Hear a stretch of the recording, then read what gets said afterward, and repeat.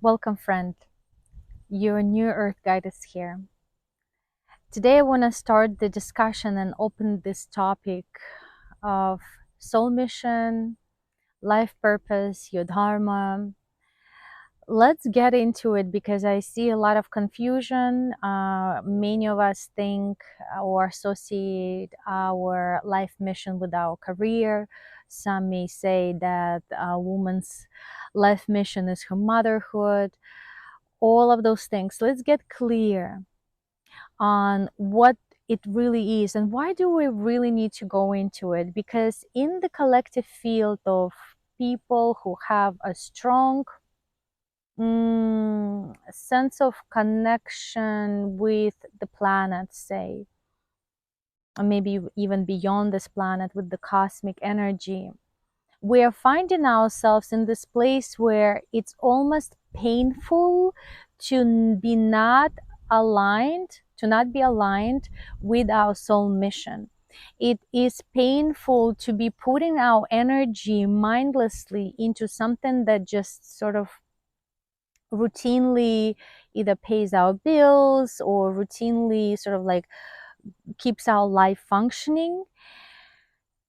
And yet, when we start to think, okay, so like if not this, then what? We're starting to get lost. What is my mission, right? What is my potential? I want to unlock my potential. All of those questions that are really much present in the field. So let's get into it. In order for us to tap into this topic, we're going to start with more subtle aspects of it because the core is also always in the subtle realms, right? The source is. And then we're going to get a little bit more and more tangible with how those things can manifest. So when it comes to our soul mission, really what it is our soul frequency and aligning or expressing the soul frequency.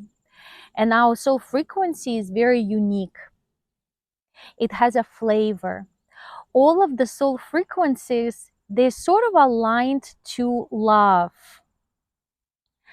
but they have the very different flavors. And if you're not a chef, if you're not a cook, and your palate, taste palette is not developed, you may not notice the change in those flavors. The same thing if you are not a painter, you not see the different colors as much as the painter would. So the same thing here, you may not really from the beginning sense what's exactly your soul frequency, but I'll give you some examples of a couple of recent clients and also my own.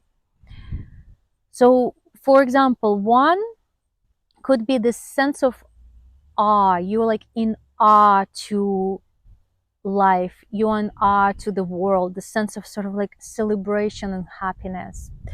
Another one can be the sort of sense of lightness and experience of this divine child experience, right? And the sense of lightness that come from it, like clear, deep inner knowing that you are a divine child. And mine, for example, is this sort of like clear knowing of your soul greatness. It's just that sort of like completely breaking down through all of the negative constructs, negative meaning not what the truth is, and just like, right? So they may be very similar, but they have their flavor. And that's why I'm saying we're going to start this discussion, because you may not sense right away what it is, but it definitely is there. And what the point is that we want to express everything in our life. We want to see our life through that prism. That's basically when we sort of put ourselves into that channel, that frequency, and through that frequency we live, we think, we decide, we eat, we raise our children, everything through that frequency. And it's important that we really hone into that frequency, and that's what our life mission is. is to be more of ourselves, but selves with the capital S, right? Now, how do we develop it? How do we discover it? One good pointer is see where you are struggling with. What is that you're recurringly struggling with? You are recurrently feel like somebody tells you, you kind of gain clarity about that, and then you sort of like lost it again. The thing is that that frequency that you are in the quantum field, the absence of that is also that same thing. So you may be training yourself into that frequency through its absence. What do I mean by it? So for example, in my case, in one, my soul frequency is this sort of like radiance of clear knowledge of who you truly are, right? Of your power, of your potential, that is completely sort of burning away everything that is not true. Such strong radiance. But when I'm in forgetfulness, right, the opposite of it is I'm unclear about my potential. I'm unclear about my path. I'm unclear about my power. I'm unclear about how to communicate that to people, how to bring it into the physical world, right? But it's the same coin with two different sides. So you look into, maybe it's the state of depression that you fall into, and even depression can be characterized in a very different way depending on who I'm talking to. And I have a sense for it, right? Because my purpose is to help you find who you are. That means when I'm one-on-one, I'm like very sharp with that. General solutions, they're very general, so I'm giving you some guidance here. So see on the opposite side, what are you playing out a lot? Where are you suffering? Where you finding yourself trapped oftentimes? That will guide you to what's the opposite of it. That is oftentimes could be the frequency where you are, right? Of your truth.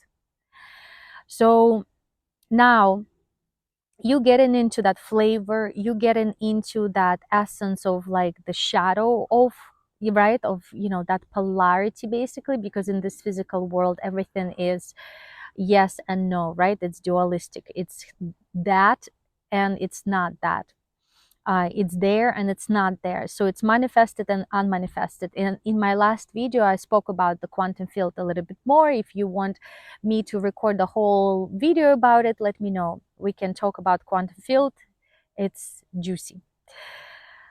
So now let's go further. You are in that state where you are now in that frequency, who you are.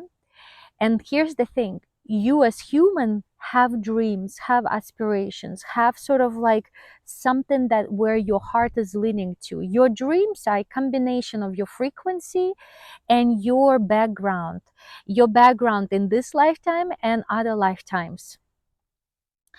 The whole spectrum of those things that make you who you are, your traumas, your talents, all of it.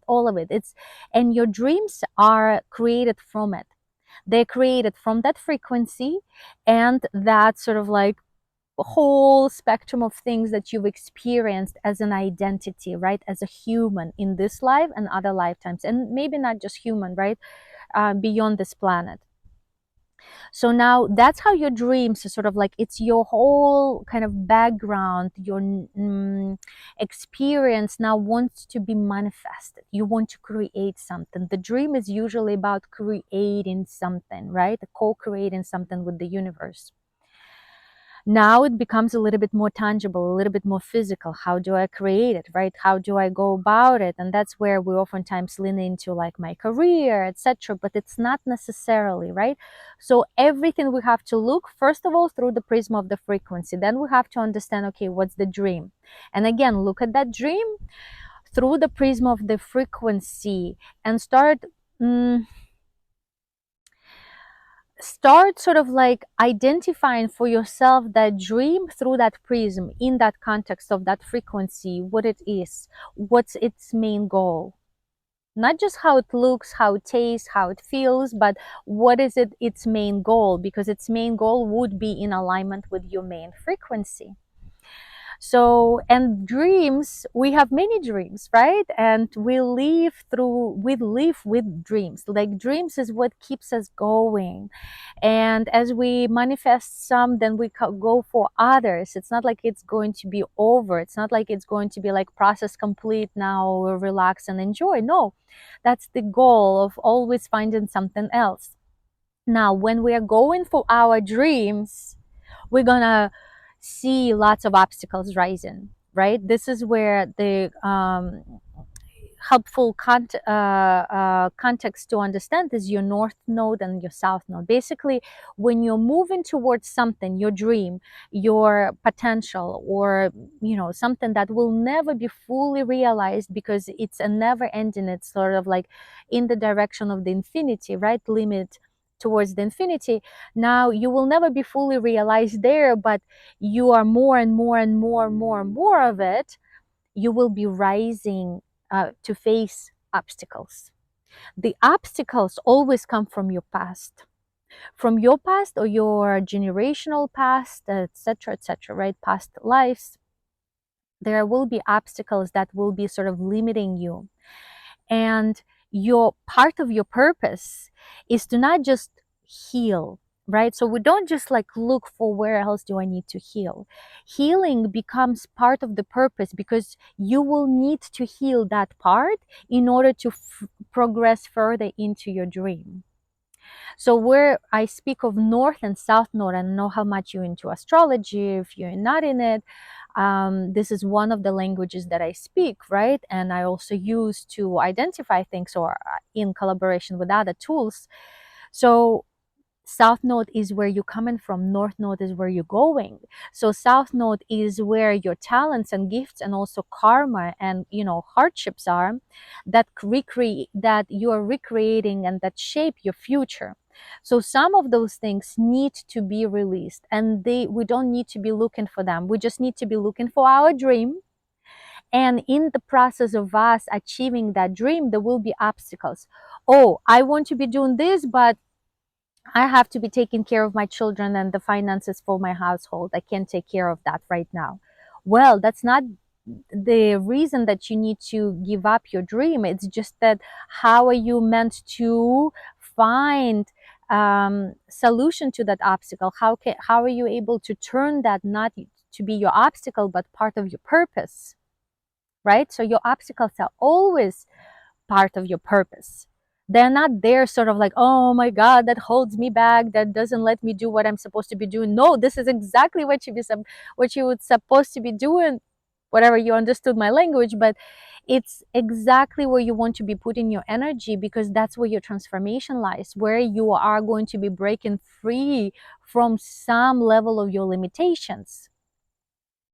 So, and that's the south node, right? That's also your past. And of course, when you understand, like, you don't need all of the tools. You don't need numerology, you don't need astrology, you don't need what other tools that you use or may not use, but I use. But it's very helpful because it helps us to validate what we're already going through, understand, conceptualize, and also understand possible solutions and outcomes and how to get through it. And I like to use it. But also, your intuition is your main guide, although you have to kind of develop your intuition, obviously, right? And we don't, we have a lot of layers that keep us seemingly separated from our inner knowing. So the inner knowing is always there, but then there's also much of other noise, and we need to learn how to identify noise from the truth, and that's the intuition. So those tools, they do help. So you can even look for what's my south node, what's my north node based on your date of birth. That's all you need. You can Google, you can read about it. If you want to go deeper, you can come to me and we can work it out, because it's not that astrology is the only thing that I use, but it's one of those tools, and I can really help you kind of tune in into that taste, that flavor, and how does it look in your life through the dream and through also your obstacles, and how they all related. So this is the beginning of the conversation. Let me know if this was relevant to you, if this was in any way helpful, useful, and if you want to continue this discussion, if this arose some questions, concerns, and please bring them up in the comments below, and I will do my best to address them and suggest topics for future discussions. Much love. Until next time.